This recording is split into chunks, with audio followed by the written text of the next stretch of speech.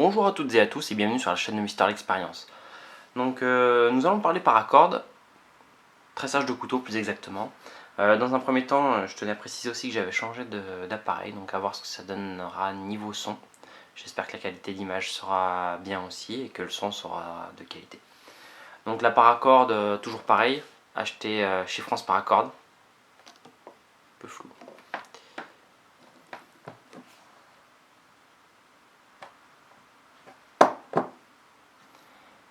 Donc voilà, la prise en main des réglages va être un petit peu compliquée, mais ça va le faire. Est-ce qu'on peut jouer directement avec ça ou pas? Vaut mieux peut-être éviter. Là, si on peut faire une mise en point en cours de route, ce qui est pas mal. Voilà, donc briquet tempête, France Paracorde, vraiment pas mal. Et celui-là, petit chalumeau aussi. Attendez, je vais essayer de donner, on va voir.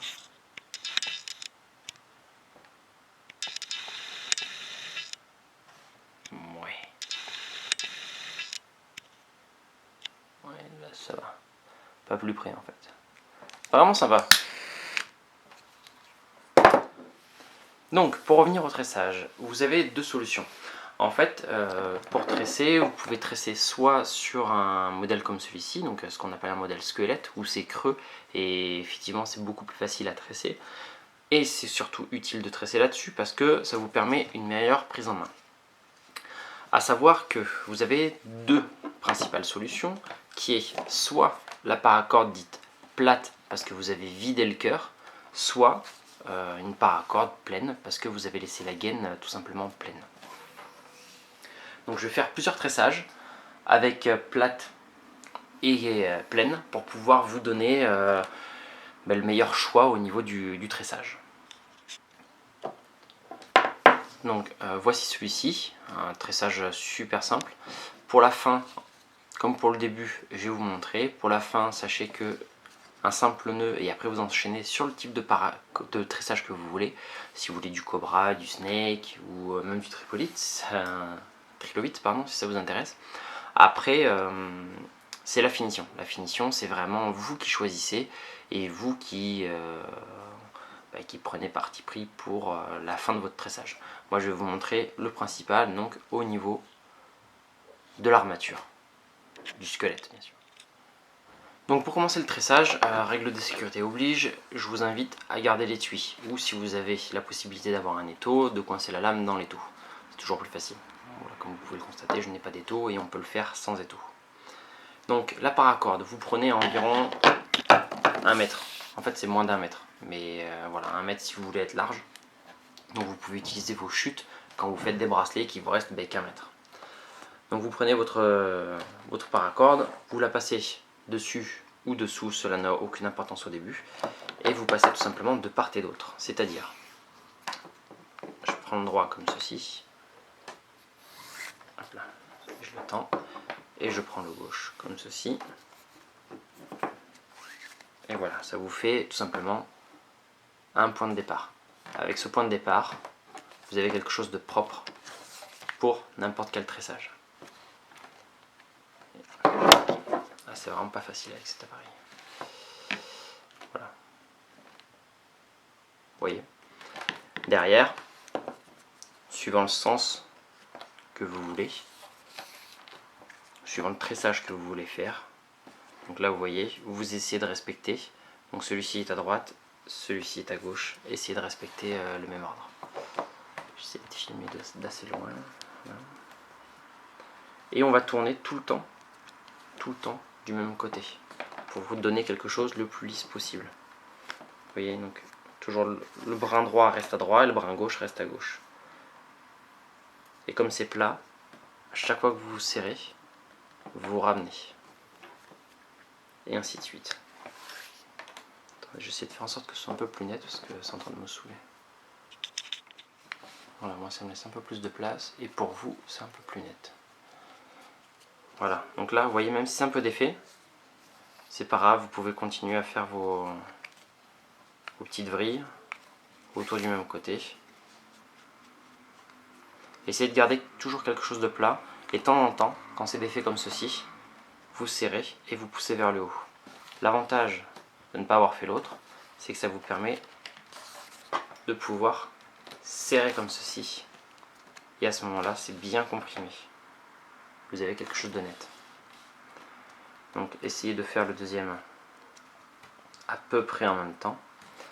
Tenez-le comme ceci si vous voulez, comme ça au moins vous avez la base qui est fixe et qui elle ne bougera plus. Donc vous tournez, je vais accélérer, je vous reprends à la fin. Voilà pour la fin. Donc moi vous voyez au début j'ai fait un petit pli, donc c'est pas très esthétique mais ça tient bien.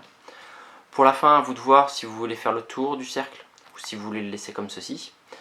Pour finir, vous n'avez pas 36 solutions, en fait il va falloir faire un nœud. Le nœud, à vous de voir vers où vous voulez le faire. Est-ce que vous voulez le faire sur le bas du manche, sur le haut du manche. Donc moi là j'ai décidé de le faire sur le bas du manche. Donc je vais rester comme ceci. Je vais aller ici à l'intérieur,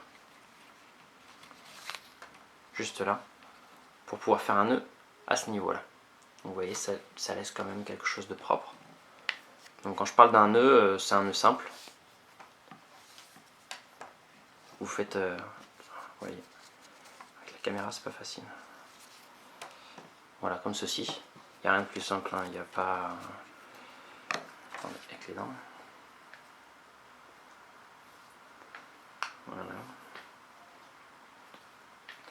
Vous voyez, un nœud simple. Et à l'issue, vous faites encore une fois le tressage que vous voulez. Si vous voulez faire un nœud, du tressage cobra, ce que vous voulez, finalement, vous êtes libre. À partir de là, vous avez deux brins. Vous avez encore une belle longueur. Donc à vous de voir ce que vous voulez pour la finition. Il y en a des jolis en snake qui sont vraiment pas mal. En tressage cobra aussi, ça reste vraiment très joli. Voilà, donc vous voyez, l'avantage d'une gaine plate, ça vous fait quelque chose qui est vraiment proche. Donc vous pouvez vous retrouver l'esthétisme du squelette tout en ayant quelque chose avec une meilleure prise en main parce que c'est plus épais.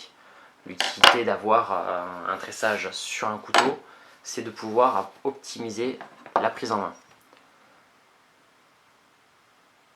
Maintenant, je vais vous en montrer un autre. Voilà. Donc le départ est exactement le même que tout à l'heure. Donc je l'ai passé dessous et j'ai fait une boucle. Là, vous restez vraiment de part et d'autre. C'est-à-dire que vous serrez et vous passez un coup l'un, un coup l'autre. Donc on va commencer par la gauche et je l'amène à droite. Celui qui était déjà à droite, je l'amène à gauche.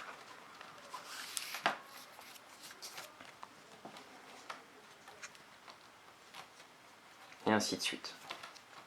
En fait, il faut faire en sorte que les deux soient du même côté en même temps. Un dessus, un dessous. Et c'est toujours celui qui est au-dessus qui commence.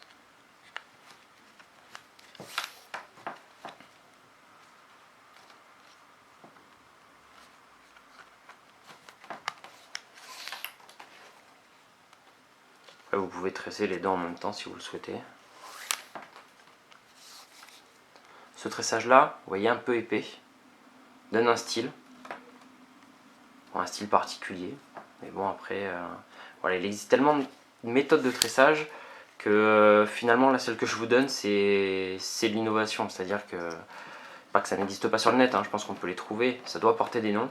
Mais voilà, moi je le fais vraiment au feeling. C'est-à-dire que j'ai pris la part à corde, j'ai tressé ce que j'avais envie de tresser. Je trouve ça joli, je continue, je trouve ça moche, j'arrête et je recommence. Il n'y a pas de limite en fait. C'est vraiment de la totale création, improvisation. Donc à vous de voir quel modèle vous plaît et si vous voulez le tester. Voilà, vous voyez celui-là. Au tout début, je le trouvais pas génial et en fait, c'est parce que j'étais jamais allé jusqu'au bout du manche, tout simplement. Le fait de voir un modèle tressé jusqu'au bout est toujours plus intéressant que de voir un modèle au tout début, quoi. L'avantage de ce système-là, c'est que pour finir, vous avez deux solutions. Comme tout à l'heure, vous faites une boucle à la fin et vous faites le tressage que vous voulez. Ou, comme vous avez un tressage dit creux, vous pouvez repasser la fin à l'intérieur une fois que vous l'avez coupé. Ce qui vous permet d'avoir quelque chose de vraiment très propre. Donc là pour finir, on va repasser ces deux derniers bouts ici. On prend un peu de mou. On passe le premier puis le deuxième. Et après, comme chaque fin de tressage, c'est un jeu de patience. Pour ceux qui en ont bien sûr. Voilà, dessus, dessous. On tire, on tend, un coup l'un, un coup l'autre. Et voilà. Vous voyez, vous avez une finition qui est propre. Voilà, donc pour finir, soit vous faites un nœud de ce côté-là et vous finissez votre tressage. Après, vous pouvez le laisser pendre comme ça et faire juste un nœud, comme certains font. Vous mettent une perle, ils font une petite dragonne juste comme ça. C'est très sympa aussi et c'est encore plus simple à réaliser. Ou alors, vous coupez vos brins et comme celui-ci, vous allez les remettre, vous voyez, à l'intérieur pour pouvoir le cacher. Donc si vous faites ça, c'est comme les anciens tressages de paracordes que j'ai fait. Il faut aller jusqu'au 5e rang, le sortir, couper, brûler et le recacher discrètement derrière. Voilà, là vous avez encore un tressage qui rend super bien. Vous voyez, vraiment tresser la paracorde sur un manche de couteau, il n'y a rien de plus simple. Hein. C'est vraiment le b.a.-ba du tressage, encore plus facile que faire des nœuds. Si vous avez la maîtrise des nœuds et des bracelets en paracorde, ça sera encore plus simple, notamment là vous voyez pour pouvoir cacher les éléments pour la finition. Dernier pour la route, donc même départ, vous voyez, avec de la plaine cette fois. Faites un tressage que j'aime bien, que je trouve assez joli aussi, et qui est très connu. C'est celui-ci. Attendez, que j'y arrive. Voilà. Ouais, c'est ça. Voilà, vous voyez, celui-ci. Vous faites un coup l'un, un coup l'autre, un coup l'un, un coup l'autre. Ça donne vraiment quelque chose de... un peu comme des écailles. Finalement, vous voyez, vous avez un tressage un peu écaille. Voilà, pareil, très simple à faire. Toujours vous alternez un coup l'un, un coup l'autre. Toujours essayer de garder le même sens pour toujours avoir le même schéma dessus, dessous, dessus, dessous. Et que ça ne vienne pas dessous, dessus, en plein milieu. Parce que du coup, ça change en fait, vous voyez, ça perd un peu de son esthétisme. Voilà. Vous commencez à le voir un petit peu, le tressage. C'est vraiment le plus connu dans le milieu. Et c'est pareil, celui-ci, une fois que vous êtes à la fin, vous coupez votre bout et vous le passez dans les 5 premiers à l'intérieur et vous brûlez. Et du coup, vous avez un tressage qui est discret et ça ne se voit pas. Il n'y a pas de grosses pastilles brûlées à la fin. Voilà, vous pouvez arriver à faire quelque chose de vraiment discret. Le fait de commencer avec un simple nœud comme ceci, ça vous évite d'avoir un point de brûlure ici et un point de brûlure là. Après, si vous le faites bien, il y a même 0 point de brûlure. Voilà. Et un petit dernier pour la route, parce que je l'aime bien, que le premier que je vous ai montré. Sauf que vous allez alterner avec les deux. C'est-à-dire, vous commencez comme ceci, à toujours tresser dans le même sens. Donc, je l'avais trouvé assez sympa quand on le faisait. Voilà, 3 tours comme ceci, ça suffit.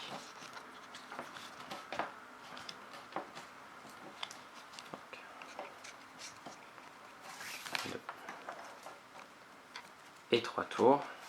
Et en fait, le quatrième va venir refaire le schéma que l'on avait tout à l'heure. Comme ceci, donc c'est-à-dire on croise. Voilà. Une fois sur deux. Et là c'est pareil, vous recommencez. Donc vous retournez autour du même côté.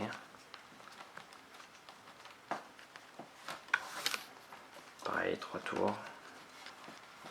Enfin 3 tours, 2, vous en faites autant que vous voulez. C'est vous qui choisissez le schéma. Hein. Là c'est moi qui fais 3.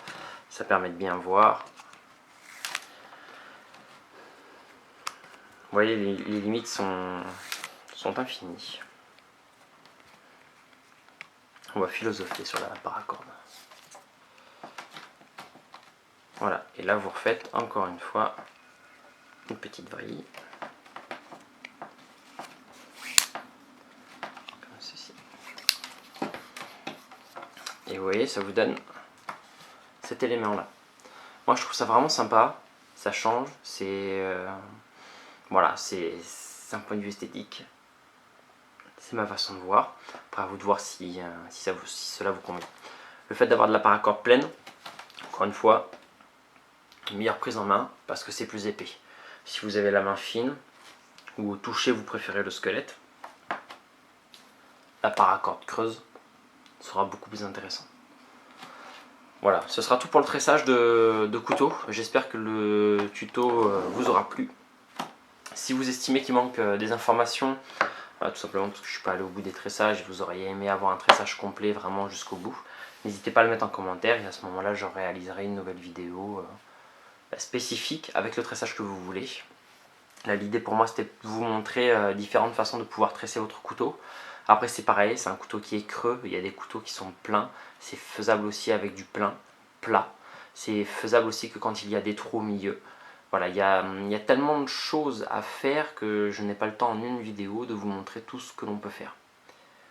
Voilà, j'espère encore une fois que cette vidéo vous aura plu. Si vous avez des questions, n'hésitez pas. Pour la paracorde, toujours sur le même site, France Paracorde, toujours avec le même code de réduction. Je vous dis merci à toutes et à tous et à bientôt sur la chaîne de Mister Experience.